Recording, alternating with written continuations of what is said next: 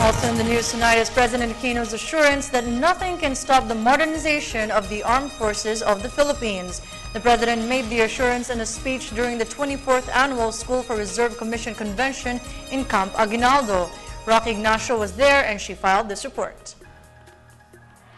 The Aquino administration is committed to modernize the armed forces of the Philippines. Speaking before the 24th Annual Convention of the School for Reserve Commission and the AFP Candidate School alumni at Camp Aguinaldo, the President assured that the modernization will not be derailed under his watch.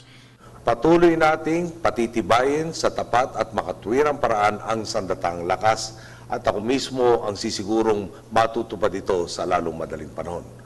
Kumpiyansa akong hindi tayo madidiskaril dito. The President issued a statement on the report that some soldiers are worried that the implementation will be put on hold. Balita ko po kasi may ilang miyembro ng kasundaluhan na nababahala sa ating pahayag ukol sa pagpapalakas ng sandataang lakas, partikular na sa pagbili ng mga fighter jets at iba pang gamit pandigma. Di pa rin po nagbabago ang posisyon ko ukol dito. In his State of the Nation address, President Aquino reiterated that the government is careful in acquiring new military hardware so as not to waste people's funds. He said the government expenditure should be balanced to other important sectors such as education, health, and job generation. Hindi na pwede ang mga solusyon na hindi pinag-isipan tulad ng pagbili ng mga combat utility helicopter na imbes na ganap na makatulong, tila nagiging sagabal pa sa wakbakan dahil sa nakasalpak na machine gun sa pintuan.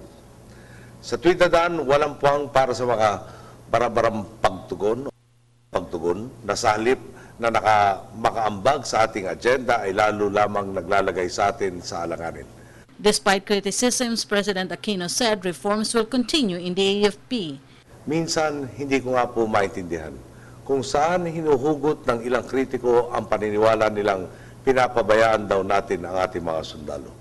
Sinasadya lang siguro nilang magbulag-bulagan sa mga inisyatiba natin para sa modernisasyon ng inyong hanay.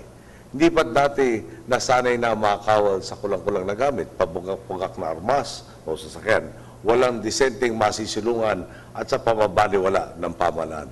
Ngayon, kayong mga sundalong nagtatagol sa bayan ay pinapalakas, inaalagaan at higit sa lahat, ipinagmamalaki ng pamahalaan. Meanwhile, the President recognized soldiers' skills in times of need. Tulad ng ating mga helicopter na merong nating M60 na machine gun. Madalas sa nagja-jam, nag-imbento ang Pilipino, nilagyan ng roller para sa ammunition. Tama ba? At dahil sa ingenuity nga ho, ginamit ay lata ng 555 na sardinas. Nakinopya balita ko ng ating mga kaalyado dahil mas effective kaysa doon sa na-imbento nila. With this year's theme, Kaisa ng Sambayanan para sa pagsusulong sa tuwid na daan, encourage the AFP to continue the path of good governance. Kayong mga kawal, kayong mga sundalo, kayong mga bayaning Pilipino, kayo ang mukha ng transformasyon. Pinagmamalaki kayo ng lahing Pilipino. For the People's Television, Rocky Ignacio.